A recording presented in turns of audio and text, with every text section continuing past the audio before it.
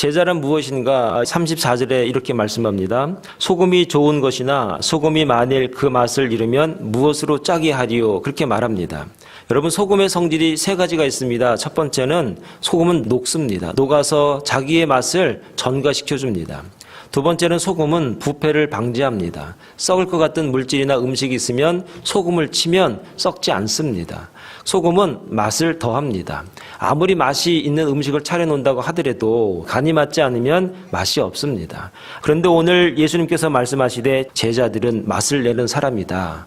어디에 있든지 간에 그 맛을 낼 줄 알아야만이 제자다라고 말씀을 하는 겁니다. 제자가 꼭 필요한 존재가 되기 위해서는 그 첫 번째가 무엇이냐? 하나님을 향한 정확한 자세를 갖고 있어야 된다 하는 겁니다. 26절에 보면 이렇게 말씀하고 있습니다. 물은 내게 오는 자가 자기 부모와 처자와 형제와 자매와 더욱이 자기 목숨까지 미워하지 아니하면 능히 내 제자가 되지 못하고, 그렇게 말씀을 합니다. 여기서 말씀해 보니까 자기 목숨까지 미워하지 아니하면 이렇게 말합니다. 미워하지 아니하면이라고 하는 이 의미가 무엇이냐 하면은 작은 사랑이다, 그런 얘기입니다. 다시 말해서 하나님 앞에서 예수님의 제자가 되기 위해서는 연연해 해서는 안 된다 하는 겁니다. 나를 통해서, 예수님을 통해서 어떤 이익을 얻기 위해서 따라가는 것인지 그렇지 않은 것인지 분명한 자세를 가지고 있어라 하는 것입니다. 나를 따르는 것이 나의 이익을 위해서라면 그거 잘못됐다라고 하는 겁니다. 예수 그리스도의 제자는 예수 그리스도를 따라가는 분명한 자세와 목적이 있어야 한다는 것을 오늘 말씀을 통해서 가르쳐주고 있는 것입니다. 광복절 기념식장에서 대통령을 죽이려고 하다가 유경수 여사가 죽는 사건이 있었습니다. 그때 총을 쏜 사람이 문세강이라는 사람입니다. 대통령이 자신의 아내가 쓰러진 것을 보면서 계속해서 기념사를 하는 겁니다.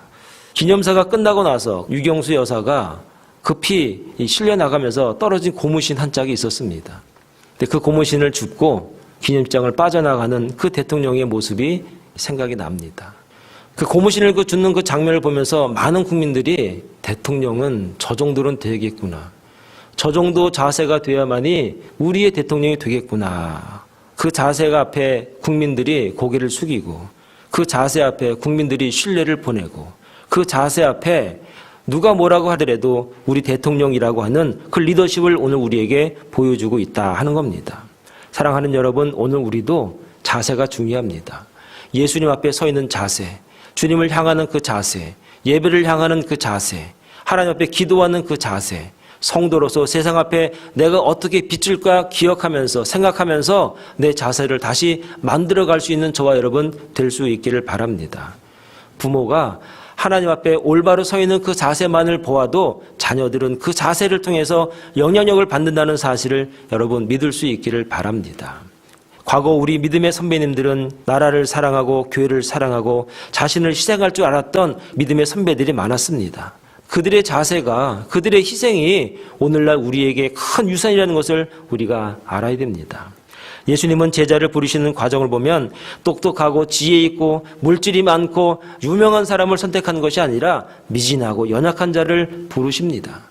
그리고 그들에게 가르쳐준 것이 어떻게 하면 복을 받느냐, 그게 아니라 어떻게 하면 제자로서 살아갈 수 있는가, 어떻게 하면 이 땅에서 제자의 모습으로 많은 사람에게 영향력을 끼칠 수 있는가를 가르치셨던 것 같습니다. 요한복음 3장 31절에 보니까 너희가 내 말에 거하면 참 내 제자가 된다, 그렇게 말씀합니다. 사랑하는 여러분, 오늘 예수 믿는 저와 여러분들이 주님의 귀한 제자의 자세를 가지고 있어야 되는데 말씀 위에 거하셔서 제자로서의 영향력 있는 삶을 살아갈 수 있는 저와 여러분들이 다 될 수 있기를 간절히 축원을 드립니다. 학생들은 공부에 거해야 됩니다. 엄마 아빠는 열심히 가정을 돌보고 열심히 돈을 벌어가면서 이렇게 가정을 세워간다는 것을 보여줄 줄 알아야 됩니다. 교회 중직자들은 앞장서서 내가 희생하고 헌신할 수 있는 자세로 가지고 기도에 앞장설 수 있는 그런 은혜가 있기를 바랍니다. 이 자세를 통해서 교회가 변화받고 가정이 변화받고 점점 나아가서 사회가 변화받을 수 있게 되는 겁니다. 여러분, 싸이라는 사람 아십니까? 싸이라는 사람이 옛날 속을 좀 많이 썩였던 모양입니다. 공부하라고 유학 보냈더니 공부는 안 하고 음악만 한 겁니다. 어떻게 보면 더 잘 됐는데 그 아버지한테 미안하니까 아버지를 추억하면서 그가 노래를 하나 만들었습니다. 노래 제목이 아버지입니다. 가사가 참 좋아서 여러분에게 소개해드립니다. 너무 앞만 보며 살아오셨네. 어느새 자식들 머리 커서 말도 안 듣네. 한평생 처자식 밥그릇에 청춘 걸고 새끼들 사진 보며 한 푼이라도 더 벌고 눈물 먹고 목숨 걸고 털고 일어나 이러다 쓰러지면 어쩌나. 아빠는 슈퍼맨이야. 얘들아 걱정 마. 위에서 짓눌러도 티낼 수도 없고 아래에서 치고 올라와도 피할 수 없네. 무섭네 세상. 도망가고 싶네. 젠장 그래도 참고 있네. 맨날 아무것도 모른 채 내 품에서 뒹굴거리는 새끼들의 장난 때문에 나는 산다. 힘들어도 간다. 여보 애들아 아빠 출근한다. 이 내용이 뭐냐면은 우리 아빠가 우리를 향한 자세였습니다. 세상을 향한 자세였습니다. 아버지로서의 자세를 꿋꿋이 지켜왔던 그 모습이 그 싸이라고 하는 사람이 기억해낸 겁니다. 그 흔들림 없는 그 자세 때문에 힘들어도 어려워도 고난스러워도 내팽개치고 싶어서도 아버지라고 하는 그 자세 때문에 그 자녀들이 아버지를 보고 배우는 것입니다. 사랑하는 여러분, 올바른 신앙의 자세를 가질 수 있는 저와 여러분 되기를 간절히 축원합니다. 두 번째는 제자는 고난인 줄 알고 가야 한다 하는 겁니다. 27절 말씀에 보면 이렇게 말씀합니다. 누구든지 자기 십자가를 지고 나를 따르지 않는 자도 능히 내 제자가 되지 못하리라 그랬습니다. 자기 십자가를 지고 나를 따르지 않는 자가 어떻게 내 제자가 되겠는가? 주님의 제자들은 주님 못지않게 고난 가운데 살았다는 것을 우리가 알아야 됩니다. 요즘 신학교 들어가기가 여러분 힘들어졌습니다. 경쟁률이 굉장히 세졌습니다. 20, 30년 전만 해도 신학교 가라고 하면 안 갔습니다. 왜 안 갔습니까? 옛날에 신학교 들어가면 고생하는 줄 아니까, 굶는 줄 아니까, 고생하는 줄 아니까 들어가라 그래도 잘 안 들어갔어요. 그래도 그때 고생인 줄 알지만, 힘든 줄 알지만, 수고스러운 줄 알지만, 가시밭길인 줄 알지만 묵묵히 그 학교를 가는 분들이 있었습니다. 그분들이 우리 원로 목사님 세대들이신 겁니다. 알고 가는 겁니다. 모르고 가는 게 아닙니다. 고생인 줄 알지만 알고 가는 길, 그 길이 결국 무엇이냐? 제자의 길이다. 여러분 예수님 따라가면 어떤 길이 있습니까? 부귀 영화가 있는 길이 아니라 어찌 보면 예수님 따라가는 길, 신앙의 길은 가시밭과도 같습니다. 절제하고 나를 누르고 나를 겸손하게 만들어야 되고 가족과도 행복하지 않을 수도 있다는 걸 알지만 내가 죽을 수도 있다는 것을 알지만 그 길을 갔습니다. 그 길이 결국은 제자의 길이었습니다. 욥기서 23장 10절에 보니까 나의 가는 길을 오직 그가 아시나니 그가 나를 단련하신 후에 내가 정금같이 나오리라. 그런 고난의 길, 어려운 길 가고 있습니다. 알지만 힘들지만 가는 겁니다. 사명 때문에. 주님이 인도하셔서. 그러다 보니까 주님이 정금으로 만드신다는 겁니다. 오늘 저와 여러분들이 이 땅에 사는 동안에 제자의 길을 가셔야 됩니다. 고난의 길을 가셔야 됩니다. 힘들어도 어려워도 주의 길을 가야 됩니다. 남들이 뭐라 그래도 그 길을 갈 수 있어야 됩니다. 그러다 보면 주님께서 우리를 정금으로 만드신다 약속하십니다. 교회에서 가장 중요한 행사가 있다면 임직하는 겁니다. 임직. 장로님 세우고 권사님 세우고 안수 집사님 세우는 거 임직입니다. 임직. 이제 더 낮아져서 성들을 섬기고 교회를 섬기고 세상에서 빛으로 소금으로 살아가라고 교회에서 일꾼을 세우는 일이 임직식입니다. 그런데 그 길이 고난의 길이라는 걸 알아야 됩니다. 더 나를 단련시키는 길이라는 걸 알고 가야 되는 겁니다. 그걸 알고 가게 되면은 나중에 후회도 없고 말썽도 없고 정말 은혜로운 교회, 은혜로운 임직식, 은혜로운 신앙생활이 보장이 됩니다. 그런데 계급장 얻는 것 같은 느낌으로 되면은 그때부터 시험 드는 겁니다. 그때부터 교회가 어려워지는 겁니다.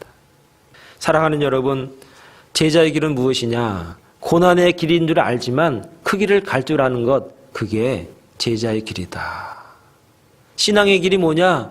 이 길 가면 분명 천국 가는 줄 알지만 고난의 길이고 어려운 길이고 핍박받을 수 있는 길이라는 것을 알고 가는 길, 그게 제자의 길이요 천국 가는 길이라는 것을 여러분 믿을 수 있기를 바라겠습니다.